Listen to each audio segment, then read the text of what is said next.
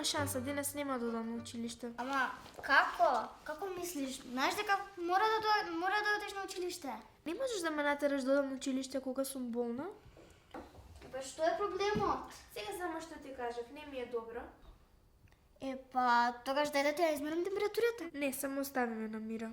Знаеш дека твоите нема да дозволат да останеш дома. Знаеш што гајле ми е што мислат моите, онака никогаш не се дома. Ирина, вистина, кажи што е проблемот. Не изгледаш дека си болна? Не. Ајде, знаеш дека може да ми веруваш, кажи. Не може. Кажи. Знам добро да слушам. Па како сега вака да ти кажам, се работи за децата од училиште.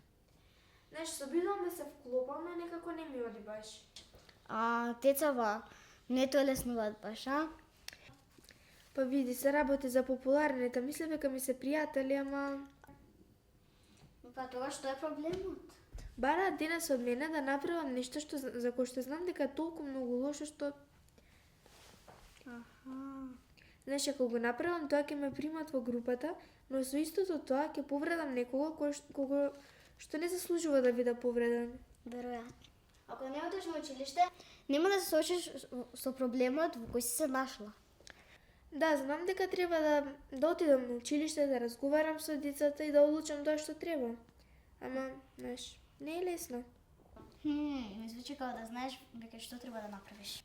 Аха, мислам дека знам. Ти благодарам, одам и се спремам за училиште. Ајде, да чекам.